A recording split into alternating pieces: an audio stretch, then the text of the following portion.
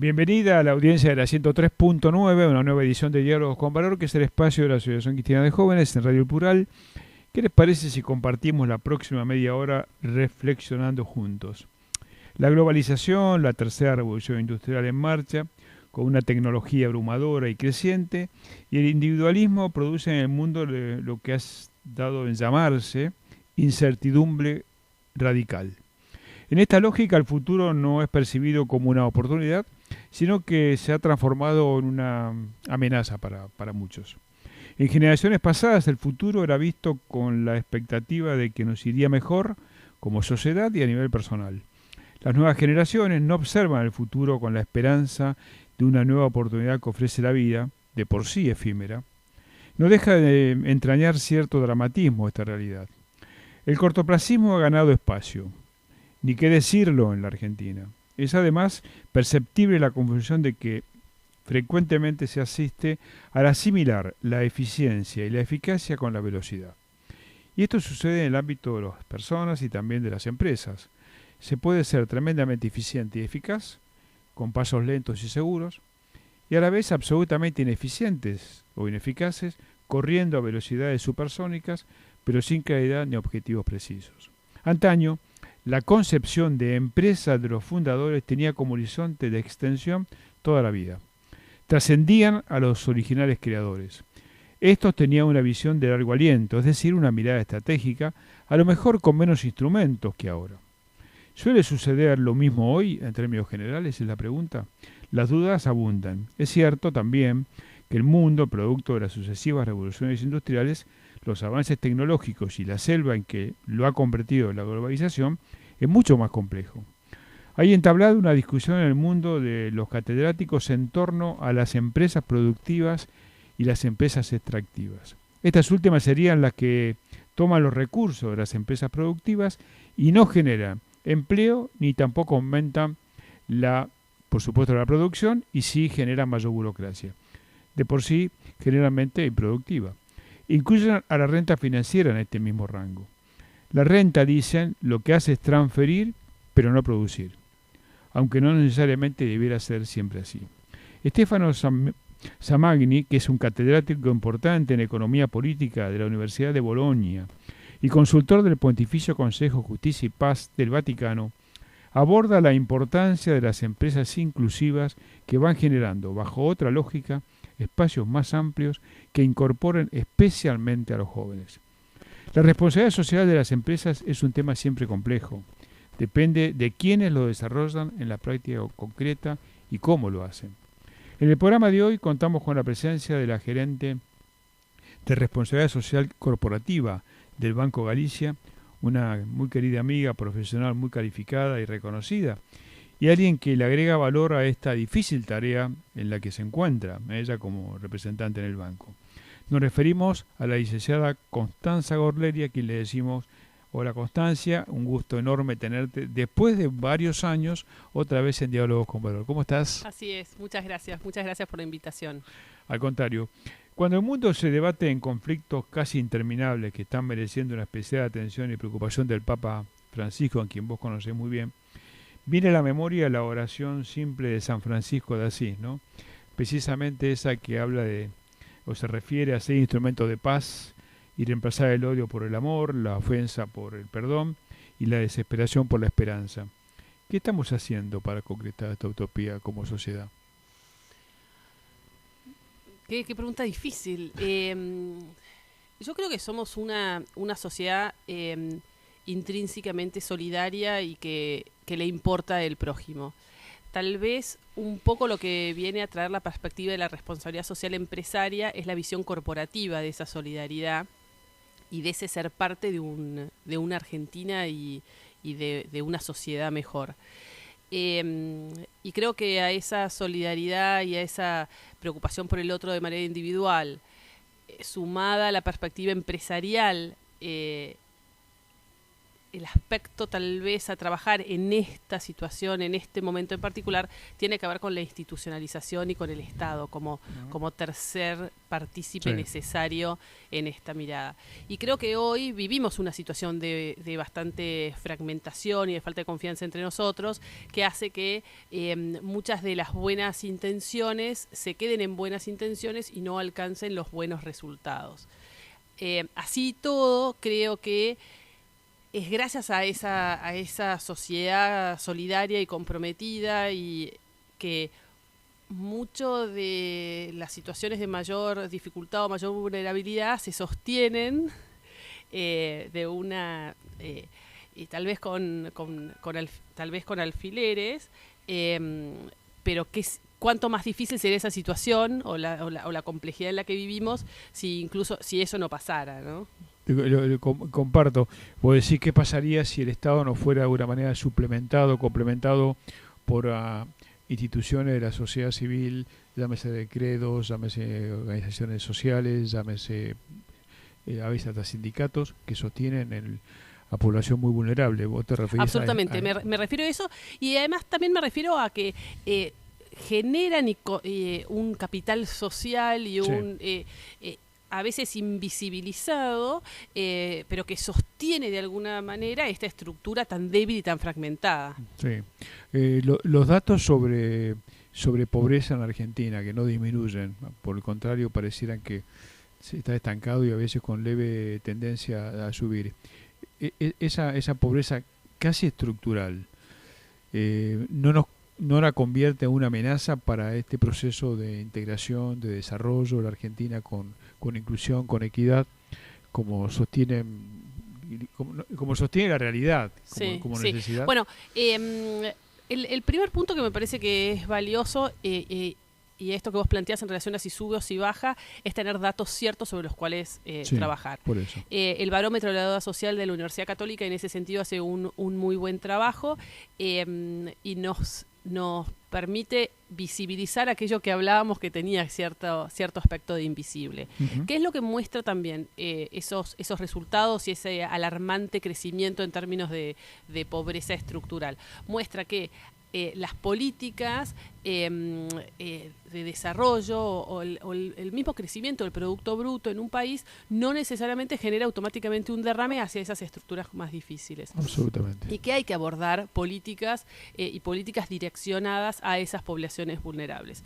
Eso exige una mirada hacia el más pobre, hacia el más necesitado, pero que también debería ser una mirada inteligente y una mirada puesta a favor de que esa situación se solucione, ¿no? Claro. o disminuya, y no que la contenga en un estado de adormecimiento. Sí. ¿No? Alguna vez le hice una pregunta un poco cruda a algunos entrevistados, hablando sobre el tema de la pobreza. Le decía, a esta altura, después de tanto tiempo sin resolver el tema, ¿la pobreza es en realidad una preocupación de los gobiernos de turno o la pobreza es funcional a un sistema? La respuesta ahí sí. es a veces ambivalente. Bueno, es para reflexionar, no sí, para... a ver, sería tremendo pensar que lo fuera solamente de un modo, ¿no es cierto? Ahora, lo que sí revelan estos indicadores de pobreza en nuestro país y en general en distintas partes del mundo, y no solo indicadores de pobreza, sino indicadores de inequidad social, claro, que no se dan solo en relación a países desarrollados versus países en vía de desarrollo, sino que se dan intrapaíses desarrollados, es un factor que nos debiera estar ocupando a todos. Sí. Y me parece que en coincidencia con esa perspectiva, con esa mirada de que es algo que nos debería preocupar a todos, ahora está pasando algo muy importante en el marco de Naciones Unidas, que es que están a punto de ser presentados los Objetivos de Desarrollo Sostenible, ¿no? En estos últimos 15 años, desde el año 2000 al año 2015, todos los países miembros de Naciones Unidas, los 189 países de los miembros de Naciones Unidas, adhirieron a los Objetivos de Milenio. Sí. Estos Objetivos de Milenio planteaban como una de las prerrogativas, una de las inquietudes, uno de los aspectos principales, la reducción de la pobreza. Y los resultados han sido muy magros en relación a los objetivos a alcanzar. Sí, sí. Y en esta nueva etapa, en esta agenda post-2015, en donde se van a presentar los Objetivos de Desarrollo Sostenible, la pregunta es, ¿qué más debiera hacerse para que eso suceda? Y ese qué más es involucrar a otros actores. Entonces, lo que viene a traer de diferente los Objetivos de Desarrollo Sostenible versus los Objetivos de Desarrollo del Milenio, tiene que ver con que hay una solicitud o una demanda de participación mucho más proactiva de otros actores sociales y no solo de los países, en cuanto a que en el mundo hay países con falta de capacidad transformacional a partir de las políticas públicas y hay empresas absolutamente poderosas y multinacionales que algo tienen que poder hacer. Entonces, una de las novedades es que las empresas suman al rol del Estado un rol estratégico en la resolución de esos conflictos, esos problemas que son más centrales al desarrollo humano. Sí. ¿Y vos eso lo ves factible, lo ves como algo en el largo plazo? ¿Factible en el corto plazo o lo ves como un proceso a desarrollar en el largo plazo? A ver, yo por lo pronto lo veo como un aspecto muy positivo en el sentido de que empezamos a darnos cuenta y lo plasmamos en documentos de envergadura internacional y relevantes de que todos tenemos que ser parte de la solución. Correcto. Ese ya me parece un paso adelante estratégico. Claramente esto es un trabajo de mediano plazo, pero que debiera estar más cerca de concretarse en la medida de que ese involucramiento y esa participación de todos los componentes se efectivice versus a una delegación en la responsabilidad de los países en cuanto a solucionar el tema. Porque volvemos a tu pregunta inicial, en definitiva no sabemos qué es lo que, si son las malas políticas públicas o es una especulación. Ahora, vos venís de la empresa y de un banco que me parece que por lo que uno conoce ha sido y es pionero en esto del compromiso social. ¿Ves una cultura empresaria que va mutando en esa dirección de decir somos responsables también del conjunto? No solo somos responsables de ganar plata, como se decía, bueno, la empresa está para ganar plata, ¿viste? Hay que decirle, no, mire, eso no es así. Sí, yo creo que ha habido y hay un cambio de paradigma en el que hay un entendimiento casi tangible en el sentido de que el desarrollo económico debe darse en armonía con un desarrollo social y un desarrollo ambiental. Bien. Y te diría que en algunos casos puede partir de una visión de una obligación moral o de un deber ser, pero en otros hay una mirada hasta, te diría, oportunista y práctica en relación a por qué debiera generarse un desarrollo social. Si yo lo pienso desde un punto de vista más egoísta o de visión de valor compartido, como diría Porter, yo quiero generar mejores condiciones en la sociedad porque eso es lo que me va a garantizar a mí la sustentabilidad de la compañía y hacer más y mejores negocios. Por supuesto. O sea, por convicción o por el horror al futuro, a veces hay que se produce una confluencia en términos de acción. Sí, a veces a mí me dicen, bueno, pero qué barbaridad pensar que alguien lo quiere hacer por conveniencia. Y yo digo, bueno, a ver, pensemos en que las cosas deben hacerse. Lo que queremos es solucionar los grandes problemas. Y no solamente querramos ser héroes en relación a cómo abordamos los problemas. Lo importante es que se aborden y lo importante es que se solucionen. Ahora, vos que tenés una visión muy clara de la sociedad civil, ¿cómo estás viendo? Porque la sociedad civil como conjunto es un factor fundamental en cualquier proceso de desarrollo. No una sociedad civil solamente quejosa, sino una sociedad civil protagónica. Bueno, el Papa Francisco, esta gira que ha hecho hace algunas semanas por América Latina, lo ha dicho hasta el hartazgo, ¿no? Participen, hagan lío, organícense, bla, bla. ¿Cómo ves la sociedad civil argentina hoy todavía? ¿Con actitud participativa o con actitud todavía adormecida? A ver, yo veo una organización, una sociedad civil más profesionalizada, con una mirada más estratégica de su rol en la sociedad, pero también veo una sociedad civil desde lo que hace las organizaciones formalmente estructuradas, ¿no? Todavía algo débil. Creo que hay un trabajo por delante y hay una necesidad de empoderamiento de esa sociedad civil Y creo que esta debilidad de las organizaciones de la sociedad civil se da, y esto lo digo a nivel estructural, a nivel de la sociedad civil en su conjunto. Por supuesto, claro, que hay organizaciones sociales profesionales eficientes, que generan impacto, que generan transformación. Lo digo en su conjunto.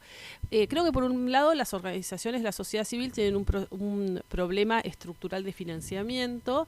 Hay mucha menos cooperación internacional. La cooperación internacional ha mantenido montos muy importantes de financiamiento hasta hace pocos años, y eso ha venido disminuyendo, y el monto de financiamiento por parte del sector privado en un contexto de país que no genera una posibilidad de escalabilidad en términos de resultados económicos demasiado grandes, hace que haya un techo en cuanto a la posibilidad de aumentar ese financiamiento. También creo que hay una sociedad civil fragmentada en el sentido de que hay muchas organizaciones haciendo cosas parecidas, y eso también requiere una reorganización por parte de la propia sociedad civil para hacerse, para articular más y para trabajar más eficientemente. Ahora, me parece sí que la sociedad civil, que cumple un rol tan estratégico, hay sectores que no quieren que esa sociedad civil tampoco se fortalezca. Entonces hay una mirada utilitarista o una mirada utilitarista de estas organizaciones, pero a la vez hay hasta una mirada peyorativa respecto al rol de la sociedad civil, porque la sociedad civil también visibiliza eso que es invisible y que muchas veces los gobiernos no quieren que se sepa. Si yo trabajo para que se note una reducción de la pobreza y sin embargo la sociedad civil pone sobre la mesa que la pobreza no se reduce, eso genera una tensión, ¿no? Entonces, tal vez hay factores que hacen que no se quiera que esa sociedad civil se fortalezca. Ahora, que la sociedad civil debería fortalecerse, que debería repensarse a sí misma, que debería buscar fuentes de financiamiento y de autosustentabilidad novedosos, creativos, que hay que innovar mucho más. Creo que sí. Y también lo que creo es que hay que ir buscando cuadros de reemplazo. Los jóvenes, que son los que más conciencia social y cívica y de participación hoy tienen, porque es una juventud muy entusiasta y muy participativa, con ganas de cambiar la realidad, debiera involucrarse mucho más activamente en ámbitos de participación, y la sociedad civil es uno muy importante para que canalicen muchas de sus inquietudes. Recordamos que estamos dialogando con Constanza Gorleri, nuestra invitada de hoy. Vos pusiste el dedo en la llaga. El tema de la sustentabilidad de las organizaciones de la sociedad civil está de alguna manera en amenaza por el tema financiero. O sea, y ahí se corren dos riesgos: la desaparición o la cooptación muchas veces, ¿no? Las dos cosas son negativas, ¿no? Ahora, vos sabés que nos falta creatividad, tanto de la sociedad civil, y nosotros somos una organización que tiene 113 años de vida, así que tenemos nuestra responsabilidad al respecto, y también del Estado. Hay algunas actividades aún productivas que podrían estar perfectamente en manos de organizaciones de la sociedad civil, que le permitiría un financiamiento autónomo. Te voy a poner solamente un ejemplo, poco para discutirlo, no es para nada una verdad revelada, que está muy lejos de nuestra intencionalidad. La ciudad de Buenos Aires, para poner un ejemplo más concreto, porque es nuestro lugar físico hoy, uno de los lugares físicos. Las playas de estacionamiento de la ciudad de Buenos Aires, ¿por qué están en manos de empresas comerciales y no están en manos de organizaciones de la sociedad civil? ¿Cuál es la razón? Y la razón puede ser la ley no lo permite, y bueno, cambiemos la ley. Pero eso generaría una cantidad de recursos a organizaciones de la sociedad civil, que a su vez la sociedad civil, por convicción o por sumisión, la tiene que devolver a la propia sociedad civil. O sea, organizaciones como la nuestra, que son sin fines de lucro, no tienen ninguna otra alternativa que volcarla a su propio objeto. puse este ejemplo. No, y el ejemplo es buenísimo porque, de hecho, en muchos lugares ese es uno de los factores de recaudación de fondos de las organizaciones. Incluso la edificación en terrenos, o sea, hay muchas asociaciones que tienen terrenos que fueron donados hace muchísimos años y hoy tienen un valor inmobiliario altísimo, entonces aprovechar esos terrenos.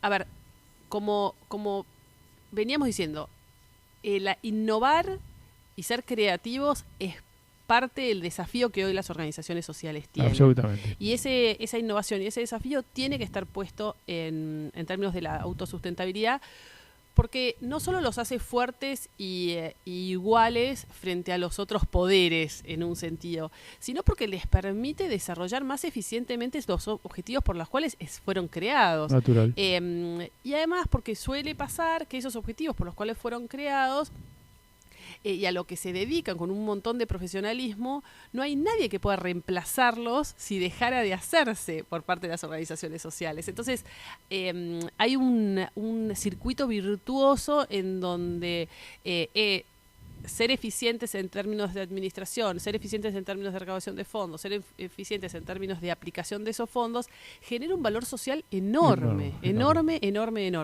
Y yo creo que muchas organizaciones están en ese camino, como también lo está otra tendencia que tiene que ver con las empresas sociales, y de vuelta hay aspectos de la legislación que hoy no contemplan toda esa innovación. Y en algún punto está bien que suceda, porque la innovación no se da bajo los parámetros del amparo de la ley, sino la innovación y la creatividad anticipan los cambios que debieran darse. Por supuesto. Pero también, si no hay espacios más estructurados donde esos temas impositivos, legales, que son como más duros y que no son del día a día del rol de las organizaciones, no existen, no hay nadie que vaya a estar pensando y luchando porque esos cambios legales se produzcan. Entonces, también hay que valorar a organizaciones de la sociedad civil dedicadas a esos aspectos más conceptuales o más duros, que también tienen que convivir con las organizaciones sociales que hacen más trabajo de campo. Absolutamente así, es así. Imagínate, en el caso nuestro tenemos 7 establecimientos educativos, 2.500 alumnos, zonas vulnerables. Alguna vez le preguntamos a algunos funcionarios del Estado, dígame si nosotros desapareciéramos, sacáramos las escuelas que tenemos. ¿Quién nos sustituye? Nadie. Los chicos serían ni trabajan ni estudian. Por eso muchas veces la sociedad civil tiene que reclamar al Estado el cumplimiento de su responsabilidad. Para eso tiene que estar convencida de que la sociedad civil es mandante y la clase política son mandatarios.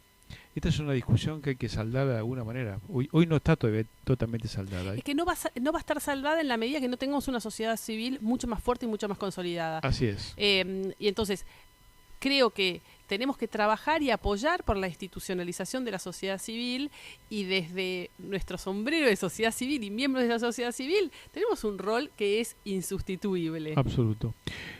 Vos sabés que acabo de regresar de un viaje en Europa y leí un artículo, un estudio muy interesante hecho en los Estados Unidos que me gustaría compartir con vos, que es revelador, y habla de que a menor educación, a menor nivel de educación, mayores posibilidades de acortar la expectativa de vida.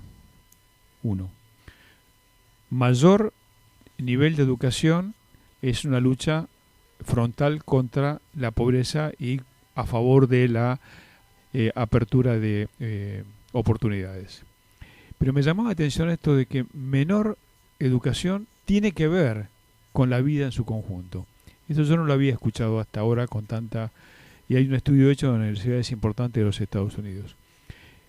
¿Por qué te digo esto? Porque nosotros tenemos que llevar el tema de la educación a la Argentina un poco más en serio de lo que lo estamos haciendo. No podés hablar solamente de educación a secas, tenés que hablar, bueno, lo que tantas veces hemos conversado también contigo, la calidad educativa, la calidad de la educación. ¿Y cómo rompes el círculo perverso de la pobreza? Si decís que la educación es un vector importante, ¿qué haces vos con los sectores empobrecidos? ¿Le das la educación para pobres o haces el esfuerzo de cambiar el paradigma y decir, ahí donde está la población vulnerable, voy a poner mis mejores esfuerzos en términos de educación. ¿Cuál es tu opinión? Bueno, a ver, me parece que claramente es uno de los aspectos centrales del desarrollo y hoy el abordaje de la temática de educación a mí me parece muy hipócrita. En términos generales nos llenamos la boca de la educación, nos preocupa, pero es poco lo que se hace en términos de transformación educativa. Por un lado, hay aspectos que tienen que ver con la evaluación, ¿no? Se evalúa poco tanto a los alumnos como a los docentes como para ir monitoreando el avance. Por el otro lado, hay migraciones hacia las escuelas parroquiales, hacia las escuelas privadas, en la medida de que una familia tipo adquiera un mínimo de fondos, porque encuentran que la escuela pública no satisface en nada sus demandas de educación. Con lo cual el sistema en sí mismo está estresado y requiere decisiones de fondo. Creo sinceramente que hay un tema gremial que en la Argentina no ha contribuido nunca a mejorar, sino que se ha parado en la propia defensa del sector en contra de la calidad educativa que queremos para nuestros hijos y para la Argentina en general. Creo que hay gente muy valiosa que ha hecho esfuerzos, pero creo que esos esfuerzos están desarticulados y creo que deberíamos encontrar algún foco sobre el cual empezar a trabajar. Uh-huh. Y para mí uno de los focos más estratégicos para trabajar en términos de calidad educativa es la formación docente. Uh-huh. La formación docente que hoy tiene que generar en los futuros docentes una cantidad de conocimientos que son importantes, pero por sobre todo una creatividad propia puesta a disposición de las nuevas aulas y de las nuevas temáticas y conflictos que en las aulas se presentan, como para salir de esta lógica del docente que dice, bueno, estos chicos no aprenden. O sea, no pasará que tenemos una dificultad en cuanto a cómo les enseñamos. Obvio. Yo estoy convencida de que todos los chicos pueden aprender. Absolutamente. No está el problema ahí. Y también hay un tema de incentivos. O sea, cuando no hay, hay un mayor incentivo para un docente para generar, para sumar horas de clase en una zona urbana versus una zona rural, ahí también estamos generando una alerta. Hay que hacerle más fácil al docente, o sea, ya salgo un poco del aspecto de formación y voy a los temas de implementación, en donde el docente deberíamos encontrar políticas públicas que justamente desafíen al docente en aquellos ámbitos mucho más adversos y de mayor dificultad a la hora de formar a sus alumnos. Y creo que también este tema de los informes PISA, yo a veces pienso que hay países que lamentablemente no han tenido un desarrollo, o sea, nunca han sido países que han alcanzado determinados estándares de desarrollo y siempre la están como remando un poco atrás. La verdad que en la Argentina hemos tenido unos niveles maravillosos de educación. Nuestros abuelos, ¿no?, han sido todos formados en la educación pública. ¿Qué pasó? Que en algún momento pudimos serlo y no lo fuimos más. Me parece que eso es mucho más alarmante que no haberlo sido nunca en algún sentido. O sea que si se pudo en situaciones mucho más difíciles, con una tecnología que no acompañaba, con una sociedad menos involucrada en relación a la priorización de estos temas. ¿Qué pasó? Bueno, me parece que las conversaciones y los expertos tienen que ponerse a trabajar en serio, mucho más articulados, fijando posición, los empresarios también. Hay que construir un circuito virtuoso en donde no nos quedemos conformes, porque incluso no deberíamos estar conformes con que si podemos pagamos la educación privada, entonces con eso ya estamos salvados, porque incluso en los ámbitos de educación privada, si nosotros miramos el mapa mundial, aquellos alumnos, mis hijas que van a escuelas privadas, no tienen un nivel de formación de excelencia. O sea, no es que me está garantizada una mejor calidad educativa, porque no, o sea, el nivel medio argentino, tanto privado como público, es bajo, y eso hay que trabajar para revertirlo. O sea que este es un tema, Constanza, que debería ser una especie de pivot para motivar mucho a la sociedad, mucho al Estado, mucho a la dirigencia política, una política de Estado que no parta de la convicción, entre comillas, de que está todo bien y no hay nada por hacer, porque ese es el problema. O sea, es difícil abordar esta temática cuando los propios docentes están convencidos de que son los mejores. No tenemos 7 escuelas, tenemos más de 150, 200. No, ustedes lo saben perfectamente. Y eso que nosotros bajamos una línea de formación paralela, en términos de valores, en términos de contenidos, durísimamente. Por eso los chicos tienen una educación, a pesar de su pobreza, una educación de mucha calidad que no podrían pagar en ningún otro lado.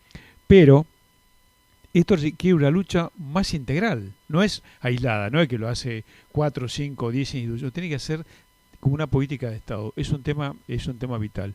Y nos vamos a seguir comprometidos. Yo te agradezco muchísimo que nos hayas acompañado, como siempre, a pesar de tu ajetreada agenda y compromisos. Siempre es un placer escucharte y saber de tu vocación de servir. Así que gracias, Constanza. Para mí es un placer, yo soy la agradecida, así que se repita. Ha sido Constanza Gorleri, nuestra invitada de hoy, como decimos siempre, Argentina Anda y Camina, con Esperanza Activa. Hasta nuestro próximo encuentro por la 103.9.